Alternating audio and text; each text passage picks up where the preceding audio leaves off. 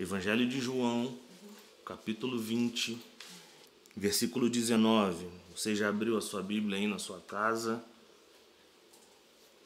Espero que você tenha uma Bíblia na sua casa, senão já tá ruim para você de manhã.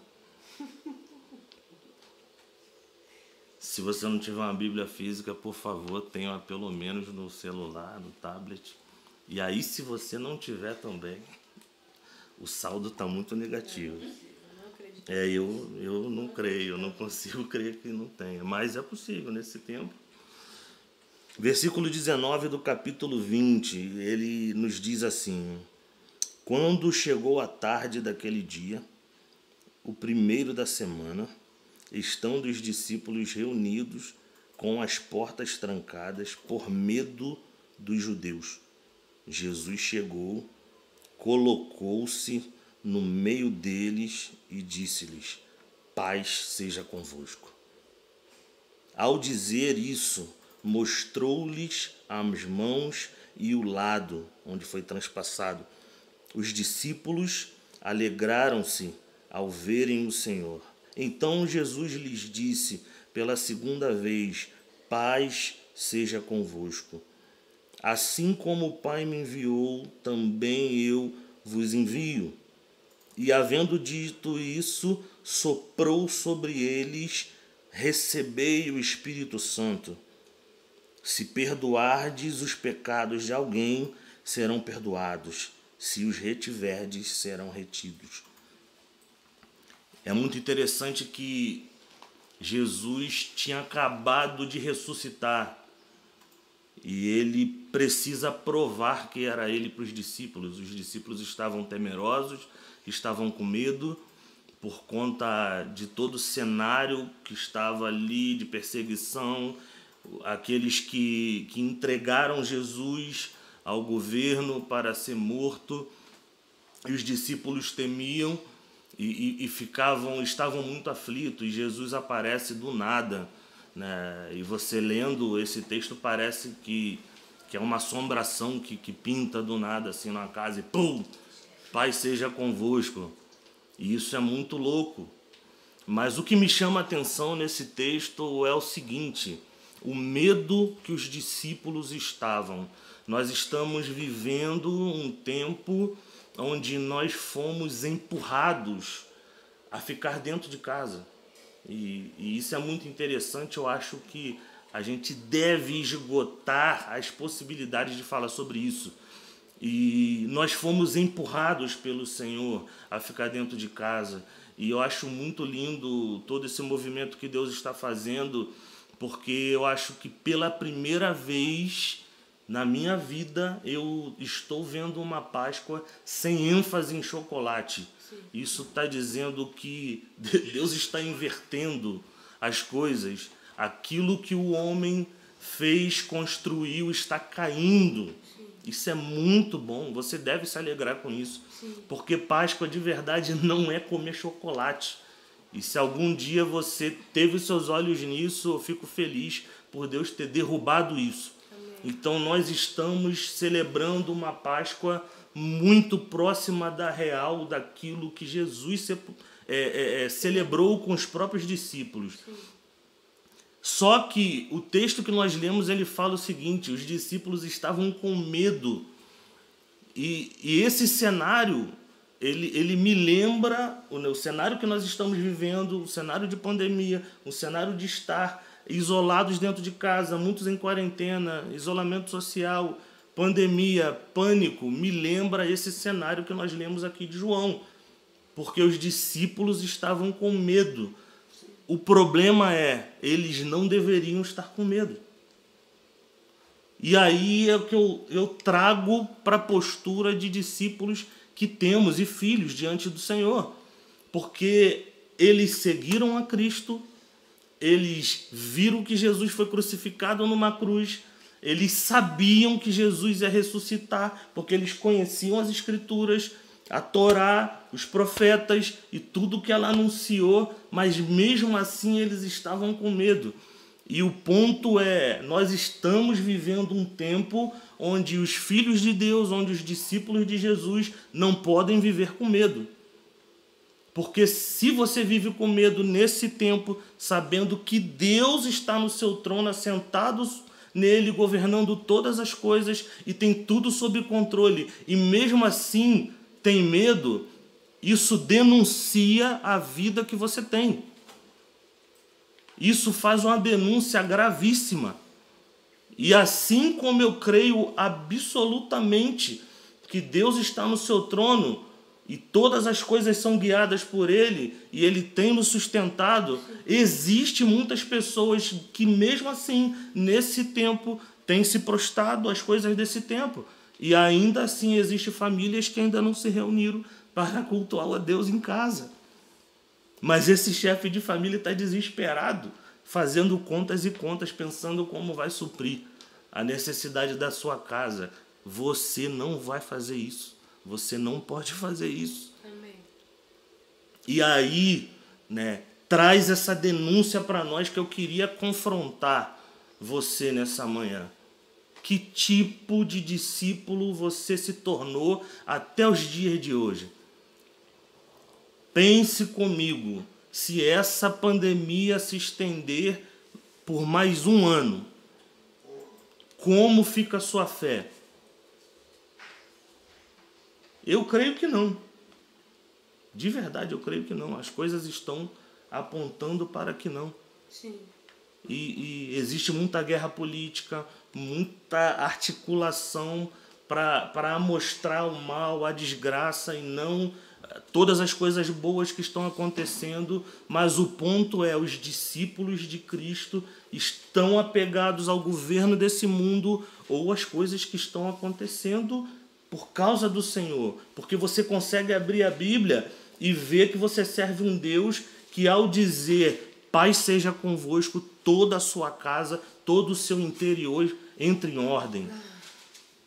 Essa palavra paz aqui não é shalom, é eirene.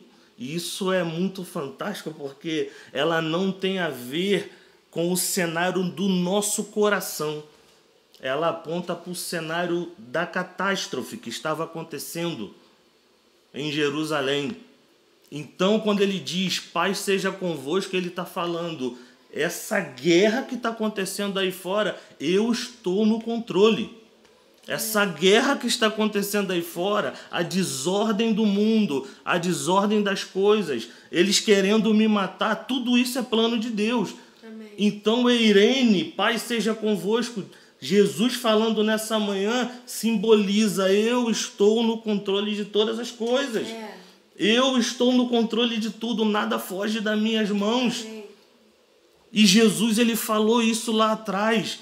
Paz seja convosco, para colocar a nossa vida, o nosso interior, a nossa perspectiva no lugar correto. Mas mesmo assim, existe muita gente que está preferindo estar diante de ídolos nesses dias. Estar consultando outros deuses nesses dias. A internet tem se mostrado um falso Deus muito ativo nos dias que nós estamos vivendo. É só você observar, assim, de uma maneira muito simples, a quantidade de tempo e o esforço que artistas, televisão, programas têm feito para manter as pessoas conectadas 24 horas por dia. Mas existe um mundo, um plano de Deus que está no seu curso. Ele está no controle de todas as coisas. E o que me preocupa não é o incrédulo lá fora não ter noção disso. É você que se diz ser filho de Deus, que é lavado e remido pelo sangue de um inocente que morreu na cruz para nos libertar do império das trevas e nos colocou no reino do Filho do seu amado. E você ainda, em 2020, no meio de uma crise global, com uma postura de menino, com uma postura de alguém que não reconhece Cristo como Ele é. Cristo, Ele entrou num ambiente que estavam os discípulos, cara. Isso é bizarro. Ele entra, fala uma vez, paz seja convosco, e eles não reconhecem. E Jesus precisa provar Amostra o furo da mão e amostra aonde a lança transpassou. E mais uma vez, paz seja convosco. E o que eu quero trazer é justamente isso. Jesus não precisa nos provar mais nada. Se no tempo que a gente está vivendo você ainda precisa de uma palavra toda semana para se manter de pé, de uma palavra toda semana para reconhecer quem você é, você não é filho de Deus, você não nasceu de novo e o sacrifício de Cristo foi em vão para você. Mas isso não está perdido. Sim. Porque se você, onde estiver, na sua casa, reconhece isso, você precisa confessar os seus pecados hoje e falar: Senhor, eu não valho nada, eu tenho vivido uma vida de mentira e por isso eu reconheço a sua soberania, o seu governo, a sua obra de redenção da cruz, a justificação que você fez para os homens eleitos através do seu sangue. Por favor, Senhor, me aceita no teu reino. Sim. Essa deve ser a oração que você precisa fazer nessa manhã. E eu volto a dizer, eu não estou falando para incrédulos. Sim. Eu estou falando para aqueles que estão no meio, que estavam numa casa de discípulos. Sim. E Cristo aparece e fala: pô, paz seja convosco. E não é reconhecido.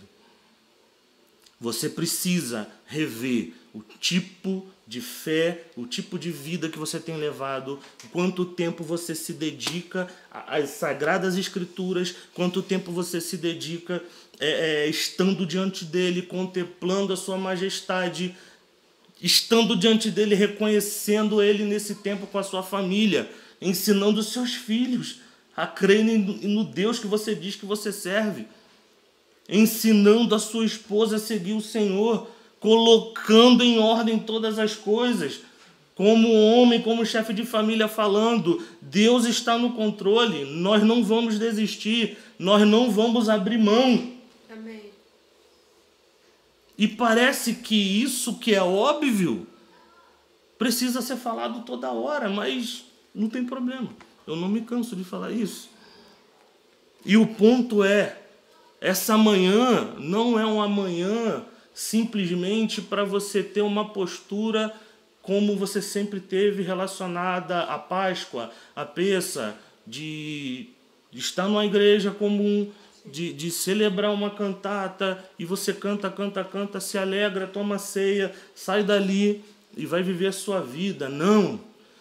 Nós estamos sendo empurrados para viver uma vida integral com Ele, uma vida totalmente voltada para Ele, onde se você não fizer algo que está pautado nas Escrituras, na santa lei de Deus, e você não se importa com isso, você é denunciado. Sim.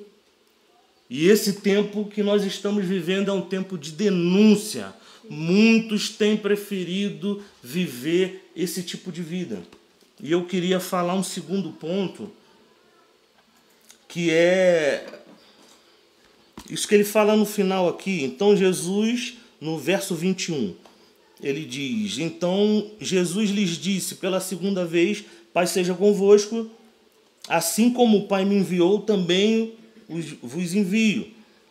E havendo dito isto, soprou sobre ele e disse-lhes: recebei o Espírito Santo. E aqui ele faz um apontamento para Pentecoste, que é a segunda festa, e tem um significado muito tremendo, mas o ponto é, ele sopra o Espírito sobre os discípulos e diz: se perdoardes os pecados de alguém, serão perdoados. Se retiverdes, serão retidos. Cara, uau! Isso aqui é muito sinistro. Isso aqui é muito poderoso. Jesus compartilhou a autoridade que ele tinha conosco, com os discípulos, com aqueles que estavam sentados esperando com medo o resultado da ressurreição do Mestre. E Jesus chega: paz seja convosco. Prova que ele é Jesus, que ele tinha ressuscitado, mostra suas marcas. E depois ele fala: se vocês perdoarem pecados, serão perdoados. Se vocês retiver a vida de alguém, será retido. Nós fomos tirados de um lugar, fomos transportados por um reino, tirados do império, fomos transportados para um reino, e ele compartilha a sua autoridade, o seu poder, porque ele nos fez assentar nas regiões celestiais junto com ele. E ele está falando, da mesma maneira que você foi perdoado, da mesma maneira que você recebeu o Eirene e recebeu o Shalom, né? Tem a perspectiva alinhada de que tudo lá fora não pode te abalar e o seu interior precisa estar alinhado com ele, que é Shalom, ordem interior. Ele compartilha que você que foi perdoado, que eu que fui perdoado, também pode perdoar pessoas e também pode condenar pessoas.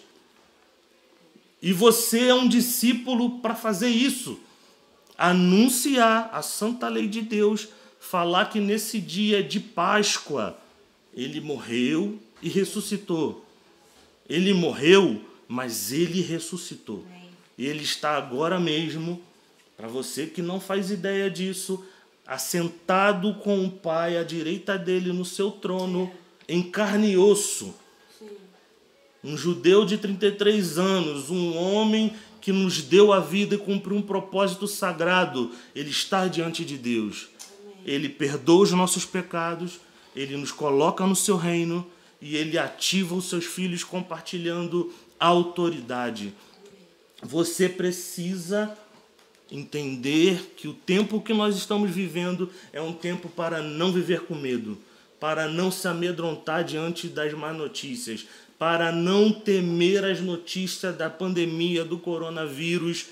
E você pode estar pensando aí, pô, mas você não sabe da minha vida. Eu não sei mesmo. E às vezes nem Deus está sabendo da tua vida. Mas o ponto é, com coronavírus, sem coronavírus, com dinheiro, sem dinheiro, com casa própria ou com casa alugada, com trabalho ou sem trabalho, Deus é digno de todas as coisas. Sim. Muitos ainda não entenderam que precisam dedicar toda a sua vida ao Senhor. Toda a sua vida ao Senhor. Nós estamos falando disso.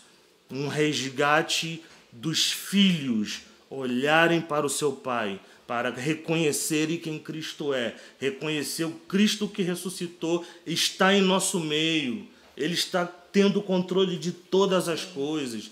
Mas Ele é um Deus, que eu estava conversando isso ontem, aqui em casa. Nós servimos um Deus que ele não empurra a goela abaixo. Ele é o Deus que diz que eis que estou à porta e bato.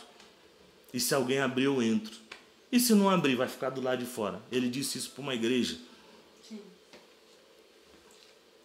Isso precisa mexer com a sua mente. Jesus não é uma força, o Espírito Santo não é uma energia que vai vir, que vai tocar você e vai mudar seus pensamentos da noite para o dia, fazendo você entender, uau, agora sim, eu estava todo zoado, não orava, não lia a Bíblia, não honrava minha esposa, eu sou um babacão, vivo na pornografia, vivo buscando as coisas que não são do alto, e agora veio um download do céu e pum, me tornei um super crente. Não, querido. Você precisa reconhecer quem ele é, e ele tira todo o medo que você tem, reconhecendo que ele é. Essa palavra, paz seja convosco, ela só tem efeito quando você reconhece quem ele é. E aí ele retira todo o medo sai. E você pode confiar plenamente em Deus. Nós precisamos confiar plenamente em Deus. Sim. Nós temos falado muito sobre entrega, sobre uma vida digna. E eu tenho a impressão que, às vezes, muitos ouvem isso durante anos. Uma palavra que mexe com o interior, que provoca novas posturas, novos pensamentos, outro tipo de vida. Isso vai passar por uma vida piedosa, uma vida devocional, de se apegar às Escrituras, de orar todos os dias, de estar diante dele confessando seus pecados, confessando para outras pessoas. E mesmo assim, essas pessoas não se movem. Elas não se movem. É um tempo de você parar todas as coisas. E eu, de fato, eu peço ao Senhor que Ele te pare. que ele paralise o que você está fazendo, que ele desaprove, ele deixe claro que aquilo que você está fazendo não é bom, cara, não está legal. Que o tipo de homem que você é dentro da sua casa para os seus filhos é uma vergonha. Que o tipo de marido que você se tornou é um lixo. E você deve olhar para as Escrituras. E você precisa olhar para aquilo que você precisa corresponder nesse tempo. Nós estamos sendo construídos por Cristo, que é a pedra fundamental, que está juntando as pedras, construindo a sua igreja. E o ponto é, mais uma vez eu te pergunto, até quando você vai ter a sua vida sobre o seu controle, sobre aquilo que você acredita, sobre o aspecto daquilo que você pode segurar? E eu acho lindo quando Deus desmonta uma vida que está, entre aspas, organizada. As pessoas que estão... Não, eu estou com meu emprego, eu estou com isso, e Deus, ó, então eu removo. Eu acho, Senhor, isso é muito lindo, Senhor. Porque vai deixar meu irmãozinho muito aflito. E aí tem dois caminhos. Ou ele corre para Deus, ou ele vai ficar igual barata tonta. Já viu quando você dá uma primeira pancada de leve na barata e ela fica assim, ó, perdidinha? 80% dos crentes estão assim hoje. Cristo está na sala e eles estão lá com medo assim. Meu Deus, quem é esse homem aí? Com furo na mão e transpassado aqui. Não reconhecem quem Cristo é. E o ponto é, ele está se revelando mais uma vez. Ele está mostrando que ele não precisa te provar mais nada. Você precisa provar nessa manhã quem você é para ele. Se você é o grupo de discípulos que reconhece o Senhor, não, ele é aquele que os profetas disseram, o servo sofredor, aquele que abriu mão da sua glória, se esvaziou e nos serviu aqui na terra e aceitou a morrer por nós. Nós estamos falando desse homem que não tinha culpa nenhuma e morreu por você que não vale nada. E morreu por mim que não vale nada. Ele ressignificou a nossa vida, assim como ele está ressignificando muitos valores perdidos na igreja. Eu li essa semana post de pastores falando que cristãos não precisam celebrar Páscoa. E para, o desespero dele, nós estamos tendo com certeza a maior celebração de Páscoa do mundo hoje, essa semana. Eu nunca vi um movimento e tanta gente falando sobre Pêssar, sobre Páscoa, como esse ano. Quarta-feira houve uma live que estavam muitos homens de Deus, cara, aí foi 4 horas de live, se eu não me engano, e o assunto era o quê? Páscoa.